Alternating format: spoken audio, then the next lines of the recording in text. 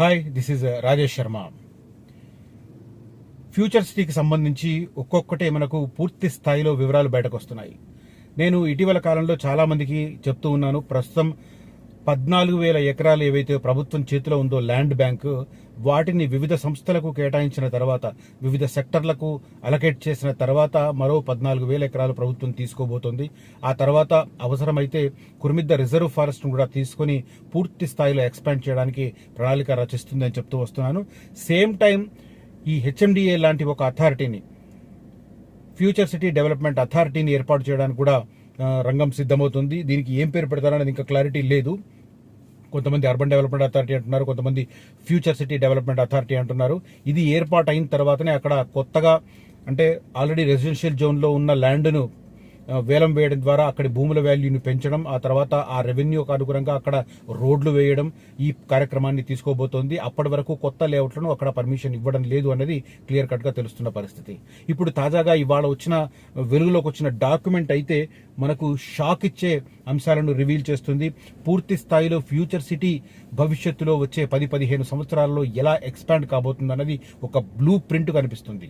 Blue print అంటే ప్రస్తుతం ఉన్న 14,000 ఎకరాలతో పాటు ఇంకా ఏ ఏరియాలను ఈ అర్బన్ డెవలప్మెంట్ అథారిటీ ఏదైతే వేయబోతున్నారో, ఫ్యూచర్ సిటీ డెవలప్మెంట్ అథారిటీ ఆ పరిధిలోకి తీసుకురాబోతున్నారనే విషయంలో కొంత ప్రాథమికమైన సమాచారం అందుబాటులోకి వచ్చింది. ఇది ఫైనల్ కాదు, ప్రాథమికమైన సమాచారం. దీని మీద ఇంకా కసరత్తు కొనసాగుతుంది. ఈ కసరత్తు కొనసాగిన తర్వాత ఆ డెవలప్మెంట్ అథారిటీని వేయడంతో పాటు ఏ గ్రామాలను దాని పరిధిలోకి తీసుకొస్తారు, ఆ గ్రామాల పరిధిలో ఇక కన్స్ట్రక్షన్స్ పర్మిషన్లు ఇవ్వాలన్నా, లేకపోతే లేఅవుట్లకు సంబంధించిన పర్మిషన్ ఇవ్వాలన్నా కూడా ఇక ఆ అథారిటీ ఆధ్వర్యంలోనే జరగాలి. అప్పటి వరకు కొత్తగా లేఅవుట్లు కానీ కన్స్ట్రక్షన్లు కానీ పర్మిషన్ ఇచ్చే అవకాశాలు తక్కువ. అయితే కొన్ని గ్రామ పంచాయతీలలో మాత్రం ఆల్రెడీ కొంతమంది అప్లై చేసుకుంటున్నారు.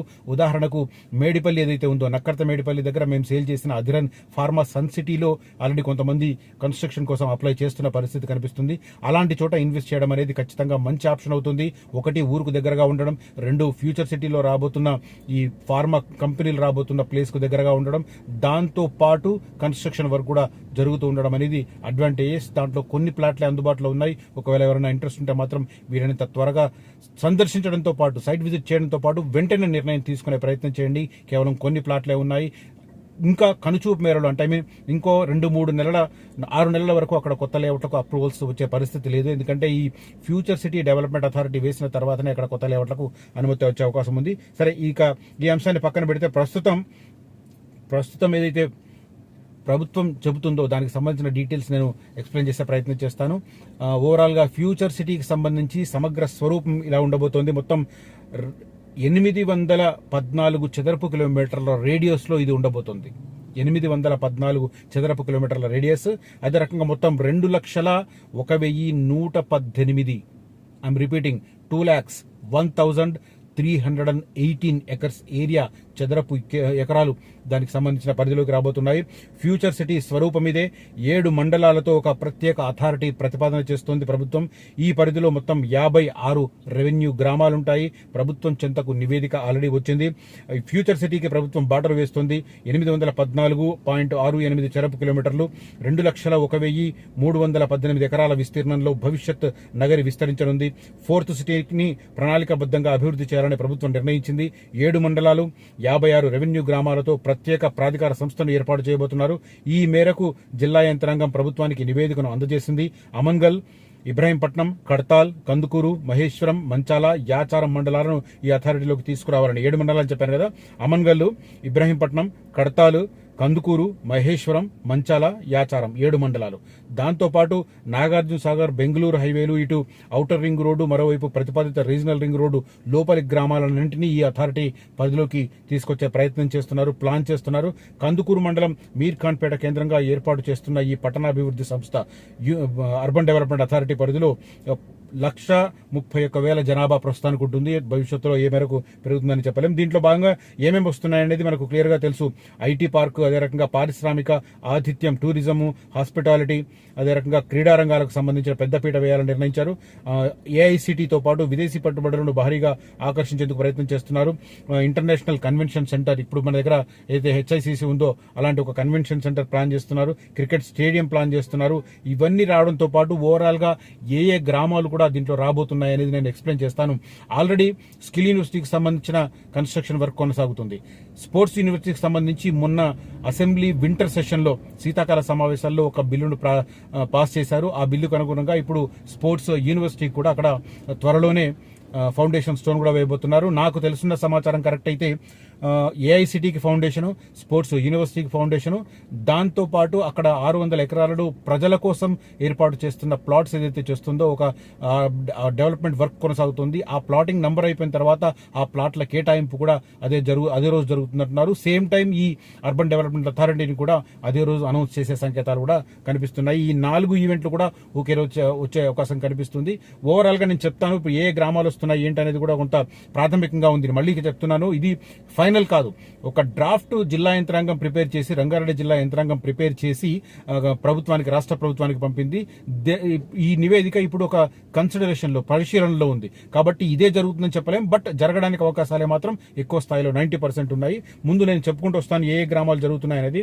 ఫస్ట్ యాచారం మండలానికి సంబంధించి చూస్తుంటే చౌదర్పల్లి, గుంగల్, కొత్తపల్లి, కుర్మిద్ద, మేడిపల్లి, మల్కీస్గూడ, ముగుళ్లవంపు, నక్కర్త, నానక్ నగర్, నందివనపర్తి, నజ్దీక్ సింగారం, తక్కెళ్లపల్లి, తాటిపర్తి, తూలేకుర్ద్, యాచారం, చింతపట్ల, నల్లవెల్లి ఇన్ని కలుగుతున్నాయి. ప్రధానంగా మనకు దీంట్లో చూస్తూ ఉంటే ఓవరాల్గా ఫస్ట్ యాచారం సంబంధించిన గ్రామాలే చాలా ఎక్కువ కనిపిస్తున్నాయి. యాచారం తర్వాత మళ్ళీ ఎక్కువ గ్రామాలు మనకు కందుకూరు మండలాలు కనిపిస్తాయి. దాసర్లపల్లి, అన్నోజిగూడ, గూడూరు, దబ్బెడగూడ, గుమ్మడవెల్లి, కందుకూరు, కొత్తూరు, గఫూర్ నగర్, లేమూరు, మాదాపూర్, మీర్ఖాన్పేట, మహమ్మద్ నగర్, ముచ్చర్ల, పంజగూడ, రాచలూరు, సర్వరావులపల్లి, తిమ్మాయిపల్లి, తిమ్మాపూర్ ఇవి కడతాల్ మండలానికి సంబంధించి. ఇక మహేశ్వరం మండలానికి సంబంధించి మహబ్బత్ నగర్, తుమ్మలూరు, తర్వాత మంచాల, ఆగపల్లి, నోముల, అదే రకంగా మల్లికార్జునగూడ ఇవి వస్తున్నాయి. దాని తర్వాత ఇక కడతాల్కి సంబంధించి చూస్తే చరికొండ, పట్టికల్వర్తి, చరికొండ, పట్టికడ్కాల్, ఎక్రాస్గూడ, కడతాల్, కర్కల్ పహాడ్, ముడ్విన్ ఇవి వస్తున్నాయి. ఆ తర్వాత ఇబ్రాహీంపట్నంకి సంబంధించి చూస్తుంటే కప్పపహడ్, పోచారం, రామరెడ్డిగూడ, తులేకలాన్, తుర్కగూడ, ఎలిమినేడు, ఎర్రకుంట, తర్లకాల్వ ఈ గ్రామాలు వస్తున్నాయి. అమన్గల్కు సంబంధించి కోనాపూర్, రామ్నూతల వస్తున్నాయి. ఇవి కాకుండా మనకు క్లియర్ కట్ గా మనకు కనిపిస్తున్న ఊర్లు అయితే చాలా చాలా కనిపిస్తున్నాయి. ఆల్మోస్ట్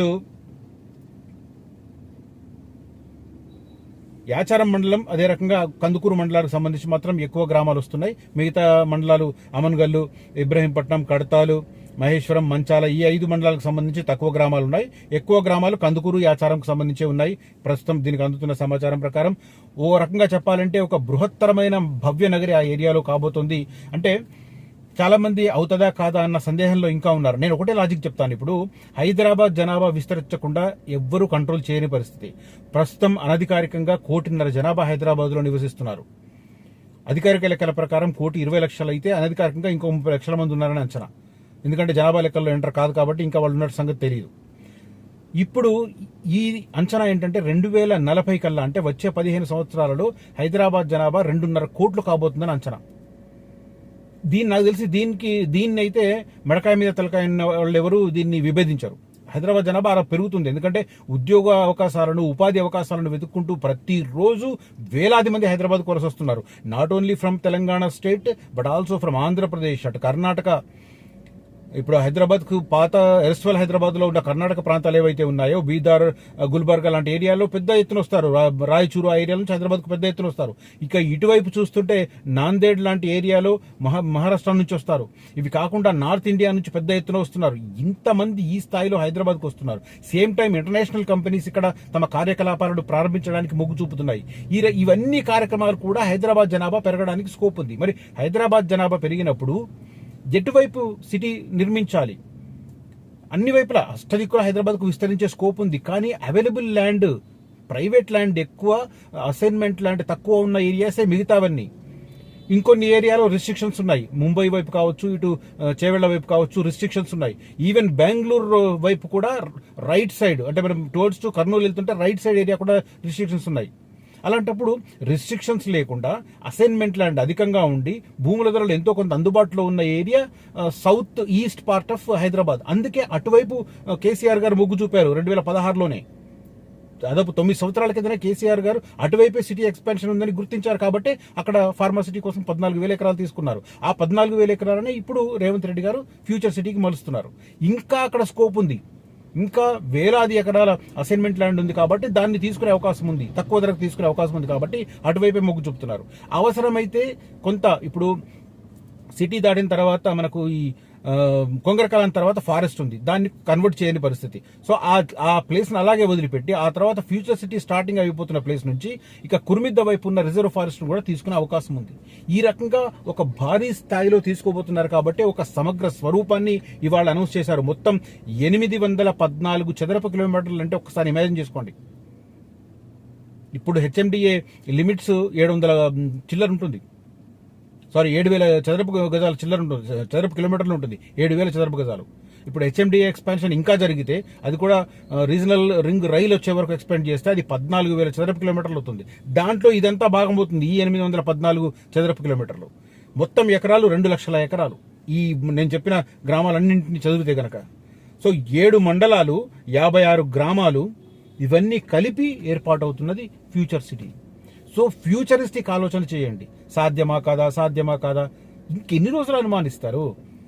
జనాభా పెరగడం అనేది అది కన్ఫర్మ్, హైదరాబాద్ జనాభా పాపులేషన్ పెరగడం అనేది కన్ఫర్మ్. మరి ఎటుపక్క ఎక్స్పాండ్ కావాలి? గవర్నమెంట్ అనుకున్నా అనుకోకపోయినా ఖచ్చితంగా జనాలు ఎక్కడో చోట ఉంటారు. గవర్నమెంట్ ప్రణాళికాబద్ధంగా సిటీని డెవలప్ చేస్తే అక్కడ ఉంటారు, ప్రణాళికాబద్ధంగా చేయకపోతే ఎక్కడ వెలిస్తే అక్కడ ఉంటారు. బట్ ఇది ఇన్ఎవిటబుల్, అనివార్యం, రైట్? ఫ్యూచర్ సిటీకి సంబంధించిన ఎక్స్పాన్షన్ అయితే ఈ రకంగా జరగబోతోంది. ఇది క్లియర్ కట్ గా ఇప్పుడు జిల్లా అంటే రంగారెడ్డి జిల్లా యంత్రాంగం ప్రిపేర్ చేసిన నివేదిక రాష్ట్ర ప్రభుత్వం పరిశీలనలో ఉంది. రాష్ట్ర ప్రభుత్వం దాన్ని ఆమోదించి ఆ ఫ్యూచర్ సిటీ డెవలప్మెంట్ అథారిటీయో లేకపోతే ఏదైనా అర్బన్ డెవలప్మెంట్ అథారిటీ వేస్తే దాని ఆధ్వర్యంలోనే ఈ పూర్తి స్థాయిలో నేను చెబుతున్న 56 గ్రామాలు, 8 మండలాల పరిధిలో ఒక కొత్త డెవలప్మెంట్ అథారిటీ ఏర్పడై దాని ఆధ్వర్యంలోనే ఫ్యూచర్ సిటీ ఒక భవ్యంగా నిర్మాణం కాబోతుంది. దానికి ఫస్ట్ ఆఫ్ ఆల్ జరిగేది అథారిటీ ఏర్పాటైన మరుక్షణం జరిగేది దాంట్లో ఉన్న రెసిడెన్షియల్ ఏరియాను వేలం వేశారంటే ఒక్కసారి భూముల రేట్లు అమాంతంగా పెరుగుతాయి. దీనికి ఉదాహరణ కోకాపేటలో ఎవరన్నా ఊహించారా 100 కోట్ల రూపాయలు ఎకరం పలుకుతుందని? ఇప్పుడు నేను చెబుతున్న ఫ్యూచర్ సిటీ ఏరియాలో 14,000 ఎకరాలు ఎక్కడైతే ఉన్నాయో దానికి చుట్టుపక్కల ప్రాంతాలలో మీర్ఖాన్పేట, కుర్మిద్ద ఏరియాలో దాదాపు 4 కోట్ల ఎకరం పలుకుతుంది. నక్కర్తమేడిపల్లి, నానక్ నగర్ ఏరియాలో దాదాపు 3 కోట్లు, 2.5 కోట్ల నుంచి 3 కోట్లు పలుకుతుంది ఎకరం. అక్కడ వేలం వేస్తే ఖచ్చితంగా ఎంత లేదన్నా హీనపక్షం 6-7 కోట్లు పలుకుతుంది. హీనపక్షం నేను చెప్పేది, అంతకంటే ఎక్కువ పలుకుతుంది, ఖచ్చితంగా 10 కోట్ల దాకా వెళ్ళొచ్చు. బట్ ఒక్కసారి ఎకరం 10 కోట్లు అయ్యిందనుకోండి, అక్కడ కొత్తగా వెంచర్లు వేస్తే వాటిలో భూములు ఒక చదరపు అడుగు ఎంత ఉంటాయి లెక్కలేసుకోండి. దానికి అనుగుణంగా ఇప్పుడున్న అవకాశాన్ని అడ్వాంటేజ్గా తీసుకొని పెట్టుబడులు పెట్టండి, ఖచ్చితంగా లాభం పొందుతారని నేను గట్టిగా చెప్తున్నాను. నేను ఇంత గట్టిగా చెప్పడానికి రీజన్ ఇవన్నీ అనలైజ్ చేసుకున్న తర్వాత, నా మాటల్లో మీకు నిజం కనిపిస్తే, నిజాయితీ కనిపిస్తే, విశ్వాసం వ్యక్తమైతే మాత్రం తక్షణం స్పందించండి. ఫ్యూచర్ సిటీలో ఇప్పుడు అందుబాటులో ఉన్న ధరల్లో ఇన్వెస్ట్ చేయండి, భవిష్యత్తులో ఖచ్చితంగా బాగుపడతారు. Mark my words. కనిపిస్తున్న నంబర్లో నన్ను కాంటాక్ట్ చేయండి, నేను క్లియర్ కట్ అడ్వైస్ చేసే ప్రయత్నం చేస్తాను. కడతాల్ కావచ్చు, ముచ్చర్ల కావచ్చు, అదే రకంగా మేడిపల్లి, కుర్మిద్ద ఈ ఏరియాలో రీజనబుల్ ప్రైసెస్కి వెంచర్స్ ఉన్నాయి, వాటిని నేను సజెస్ట్ చేసే ప్రయత్నం చేస్తాను. అన్ని లీగల్గా ఓకే అనుకుంటే ఒక నిర్ణయం తీసుకొని పెట్టుబడి పెట్టండి. కానీ ఒకటే, టైం ఈజ్ వెరీ ప్రీషియస్.